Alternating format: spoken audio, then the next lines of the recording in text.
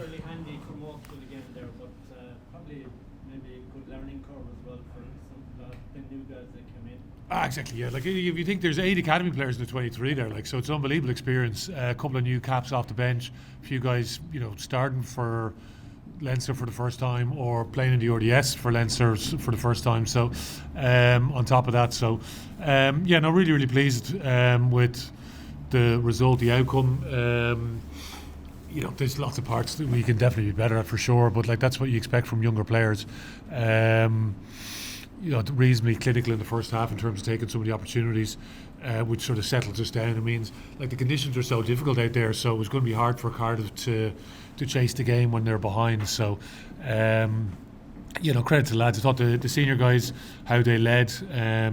If you think the sort of spine for the team, Mike Alatoa, Ross Maloney, Reese, Luke McGrath, there's other experienced guys in there. I see Max man the match, Scott Penny as well. So, it was a good mix with lots of younger guys in around them. So, pleased for the guys, and it was nice, seeing as particularly in the dressing room, seeing a couple of guys make their debuts and get presented with their caps was great. So you've a bit of a break now, and does it give you a fair indication of where you stand with most of your time?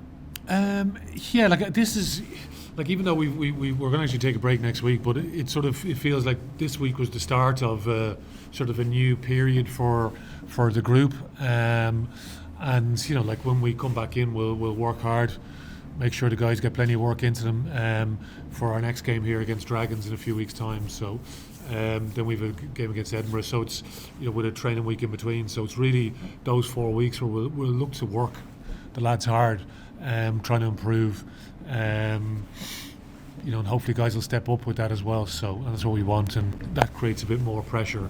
We talked about this time last year, Joe McCarthy playing in this game against Cardiff, and Joe is in the Irish squad now. He's a capped Irish international at this point as well. So, that's what we want. We want guys to step up during this period, and put a bit of healthy competition into the group, and it's just changed the dynamic slightly of the group as well. How were you impressed with Harry Byrne? Do you think he played well?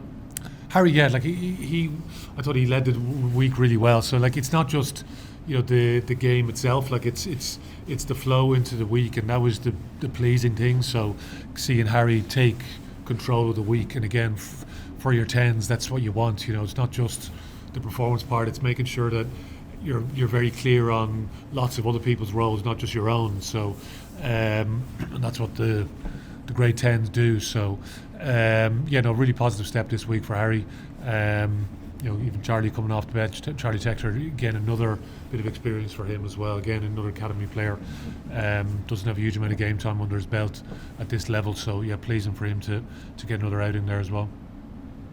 Will Connor's coming back in, and that's important, is it, to have bringing players back in again who've been out?